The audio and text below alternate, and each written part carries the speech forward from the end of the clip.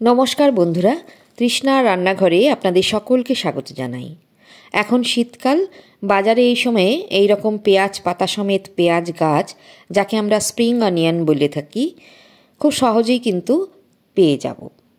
তো এই spring onion দিয়ে এই রকম মুচমুচে পাকোড়া যদি বানিয়ে ফেলা যায়, তাহলে দেখবেন সন্ধ্যার চায়ের আসর একদম জমে উঠবে। ধোয়া ওঠা এক কাপ কফি অথবা চা আর এই পাকোড়া, ব্যাস আর কি চাই। চলুন ঝটপট দেখে নিন আজকের রেসিপি। পেঁয়াজ পাতা আর কচি পেঁয়াজ সমেত আমি কুচিয়ে নিয়ে একটা বাটিতে নিয়ে নিয়েছি। এখানে এর মধ্যে দিচ্ছি ধনে পাতা কুচি 2 টেবিল চামচ মতো, কাঁচা লঙ্কা কুচি যে যেমন ঝাল খান তেমন দেবেন, স্বাদ মতো লবণ দিলাম, 4 টেবিল চামচ বেসন দিয়ে দিচ্ছি,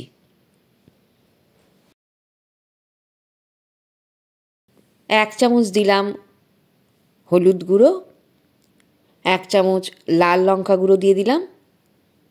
এবারে খুব অল্প পরিমাণ জল দিলাম। সমস্ত কিছু হাতে করে মেখে নিতে হবে, জল বেশি দেওয়া যাবে না। আরও যদি মুচমুচে করেন তাহলে 2 টেবিল চামচ এতে কর্নফ্লাওয়ার দেওয়া যেতে পারে, তবে গরম গরম খেলে এতেই কিন্তু খুব মুচমুচে হবে। দেখুন খুব ভালো করে মাখা হয়ে গেছে। যদি দেখেন এই রকম গোল করা যাচ্ছে তাহলে বুঝবেন মিশ্রণটা সঠিক হয়েছে। হাতে অল্প পরিমাণ পেঁয়াজ পাতার মিশ্রণ নিয়ে প্রথমে একটু চ্যাপ্টা করে নিয়ে গরম তেলের ওপর ছেড়ে দিতে হবে। আমি পরপর বেশ কয়েকটা পাকোড়া দিয়ে দিচ্ছি। মিডিয়াম আঁচে ভাজবেন। সর্ষের তেল অথবা সাদা তেল, যে কোনো তেলেই ভাজতে পারেন।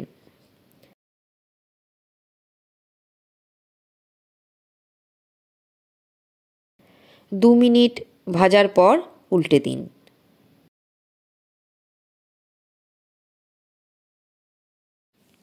অল্প আঁচে বেশ খানিকক্ষণ ধরে ভাজবেন, তাহলে দেখবেন খুব মুচমুচে হয়ে গেছে।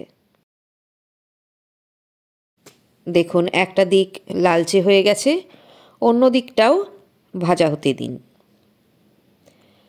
এদিকটাও 2 মিনিট মতো ভাজা হলে, বেশ লাল লাল হয়ে ভাজা হলে, দেখুন ঠিক এই রকম একটা কালার এলে একটা একটা করে তুলে নিন।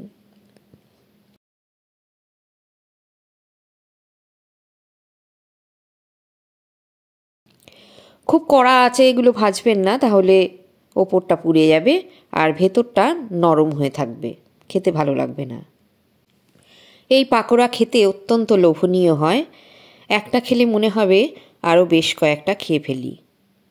সঙ্গে টমেটো সস অথবা গ্রিন সস দিয়ে পরিবেশন করতে পারেন। আশা করছি আজকের ভিডিও আপনাদের ভালো লেগেছে।